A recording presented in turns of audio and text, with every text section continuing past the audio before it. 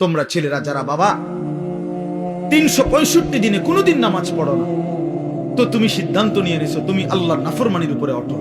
মনে রাখো বাপ, একদিন ফেরেশতা একটা লাথি দিয়া জাহান্নামে ফেলে দিবে। একটা লাথি দিবে, একটা লাথির লগে জাহান্নামে ফেলবে। মনে রাখো,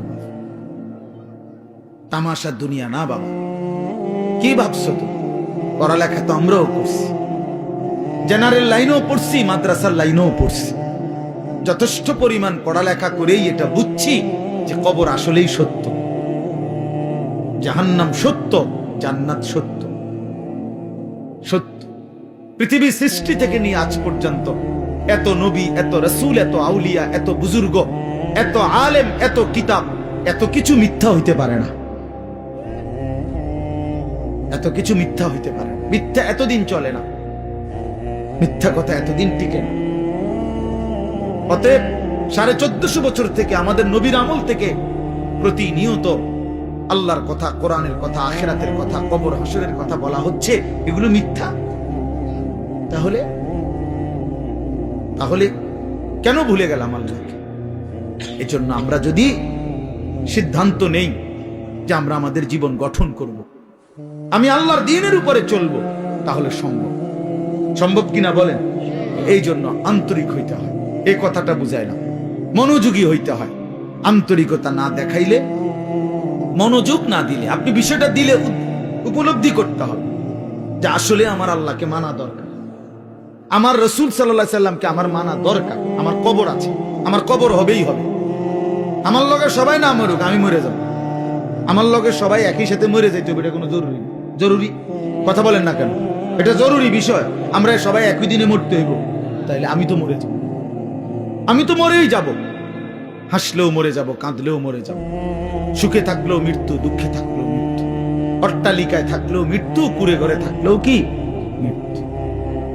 মৃত্যু আমার হবেই হবে, আমাকে একা চলে যেতেই হবে, সবাইকে রেখে আমাকে একাই ফিরতে হবে আমার আপন ঘরে, আমার কবরে, আমার হাসরে।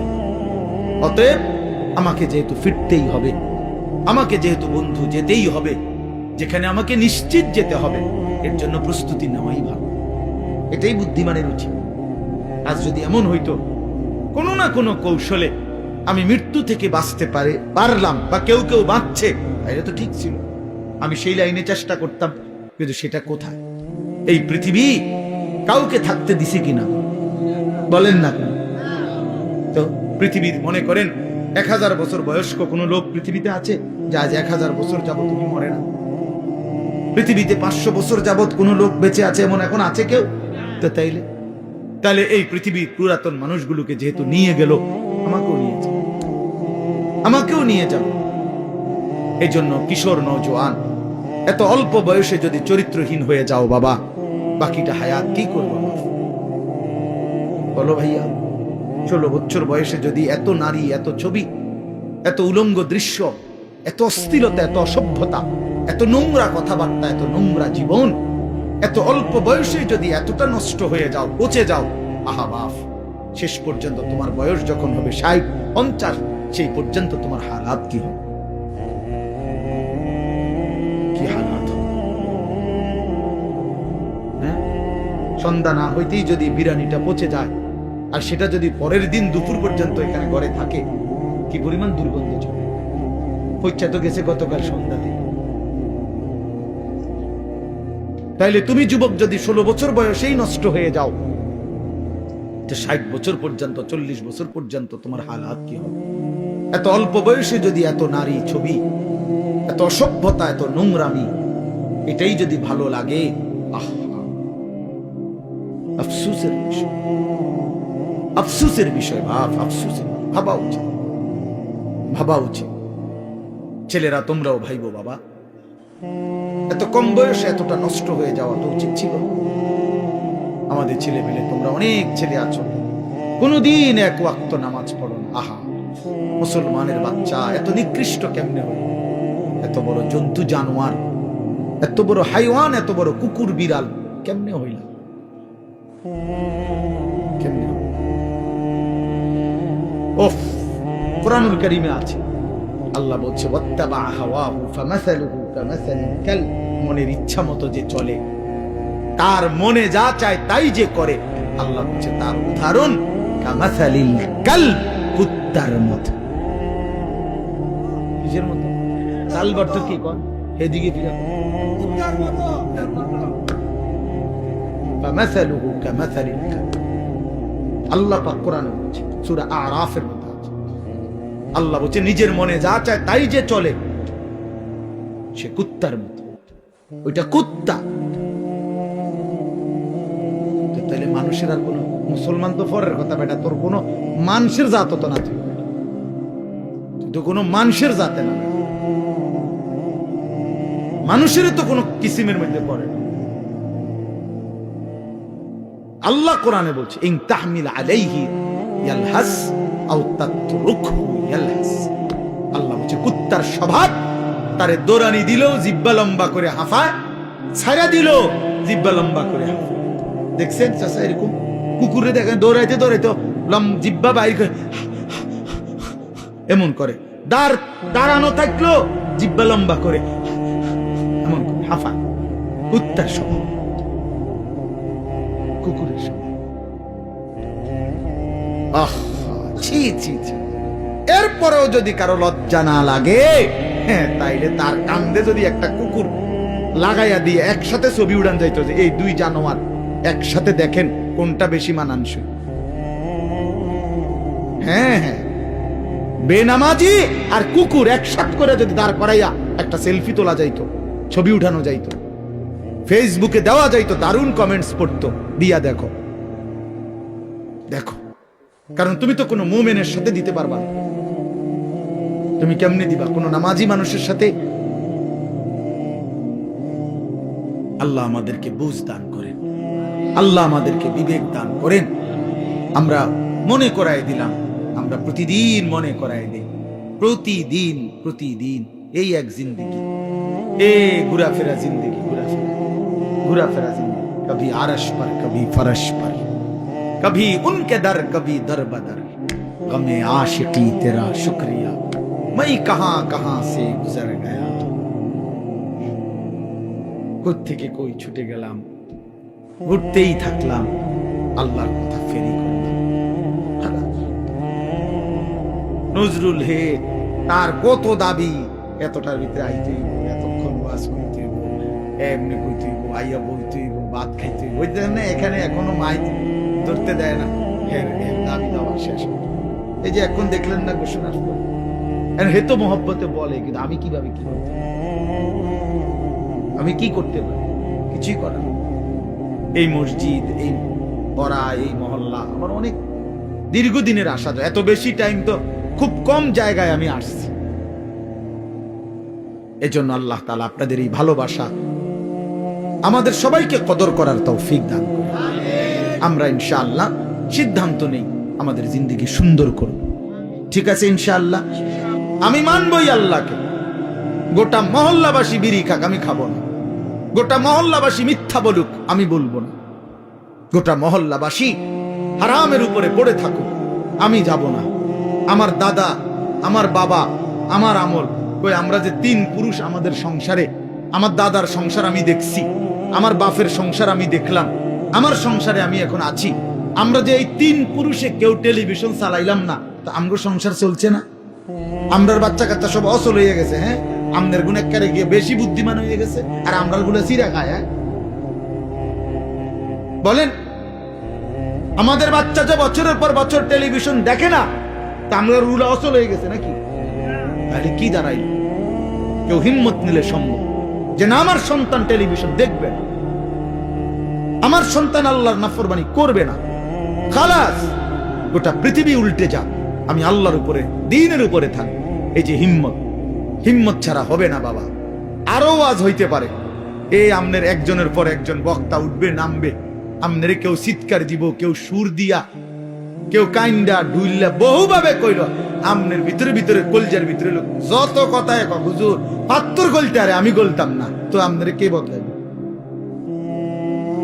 কথা বোঝেন নাই আমার? আমনের বদলাবে কে? আমনের সিদ্ধান্ত যে হুজুর, আহারে হুজুর, আমনের মতো দেড় বুইরা হুজুর বেড়া আব্দুল কাদের জিলানির আব্বা কইলো আমি বিড়ি খানা ছাড়তাম না, তো আমনের ছুটাইবে কে? বাইজিদ বুস্তামি আইয়া কইলো আমি চা দোকানে টেলিভিশন দেখা বন্ধ করব না, তো আপনার বদলাবে কে? আপনি তো সিদ্ধান্ত নিছেন গুনার উপরে মজবুত, আল্লাহ তো বলছে ইমানের উপরে মজবুত হইতে, নবী তো বলছে আমলের উপরে মজবুত হইতে, আর আমরা নাফরমানির উপরে মজবুত। নাফরমানির 30 বছর সুদ খায়, কি চাচা ছাড়তেন না? না ছাড়তাম না। আপনার ভাল লাগে নিচানো? না আমার ভাল লাগে না। আহা মুসলমান, গুনার উপরে অটল, গুনাহের উপরে অটল। প্রিয় ভাই শোনো ভাই, নবী সাল্লাল্লাহু আলাইহি সাল্লাম বলেন বুদ্ধিমান সে যে তার নিজের হিসাব করে এবং মৃত্যু পরবর্তীর জন্য আমল, সে বুদ্ধিমান। কোন নাফরমানকে তো দুনিয়া থাকতে দেয় নাই বাপ, শুধু শুধু আল্লাহকে নারাজ করে কি লাভ? নামাজ ছেড়ে দিয়ে আলাদা বেনিফিট কি?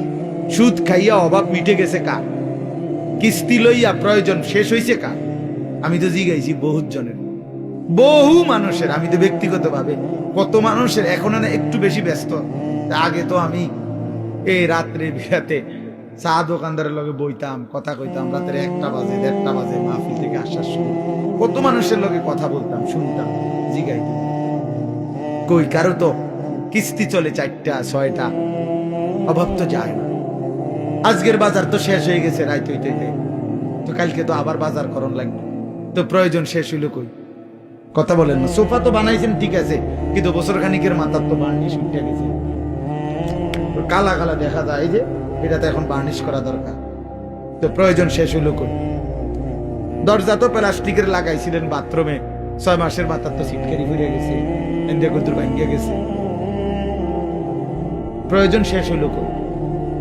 বলেন বাবা, প্রয়োজন শেষ হইল কোথায়? কই? কোন প্রয়োজনটা, কোন জিনিসটা অক্ষয় হয়ে গেল? না, এমন নাই। হযরত মাওলানা তারেক জামিল সাহেব বলেন, যারা পৃথিবী বিখ্যাত দাওয়াত ও তাবলীগের অন্যতম একজন মুরব্বী, উনি বলছেন যে তুমি যদি মাটিতে, ইঞ্জিনিয়ার এনা বলছে মাটি ভালো মজবুত, আপনি এখানে 10 তলা বিল্ডিং করতে পারবেন, বিল্ডিং মজবুত হবে, মাটি মজবুত, মাটির ফাইলিং করতে পারবেন, সয়েল টেস্ট রিপোর্টে মাটি ভালো আসছে, মজবুত। কিন্তু উনি বলে আপনি নিজে মাটির একটাবার জিজ্ঞাসা করেন না যে তুমি মজবুত কিনা, তুমি স্থায়ী কিনা। উনি বলে আল্লাহর কসম, যদি বিবেক থাকে, কান থাকে, তাহলে মাটি আপনাকে চিৎকার করে বলবে, এই বন্ধু তুই ভরসা কইরো না আমার উপরে, আমি মাটি থাকবো না রে, আমি মাটি থাকবো না, আমি মাটি থাকবো না। ইসরাফিল ফু দিলে ইদা রাজ্জাতিল আরদু রাজ্জা, আল্লাহ বলছে জমিনের মাটি রেজা রেজা, পাউডার পাউডার হয়ে ছিন্ন ভিন্ন হয়েছে। ইজাস সামাউ ফাতারাত, রব্বুল আলামিন বলে আসমান ভেঙে ভেঙে চুরচুর হয়ে পড়বে, যেন কাঁচ ভাঙতেছে। একটা 10 তলা গ্লাস ওয়ালা বিল্ডিং যদি ভাঙে, সবগুলো গ্লাস কি পরিমাণ আওয়াজ হবে বলেন? কিন্তু এত বড় আসমান যদি ভেঙে পড়ে, চুরচুর করে ভাঙতে থাকে, তাইলে কি পরিমাণ আওয়াজ হবে? এজন্য রব্বুল আলামিন বলেন আল কারিয়াতু মাল কারিয়া, সেই বিকট ধ্বনি। আল্লাহ বলেন বন্ধু আপনি জানেন কি বিকট সেই ধ্বনিটা কি? সেটা কিয়ামতের ধ্বনি। এই পৃথিবীর সবচেয়ে ভয়ঙ্কর ভয়ানক আওয়াজ হবে সেদিন ইসরাফিল ফু দিবে যেদিন।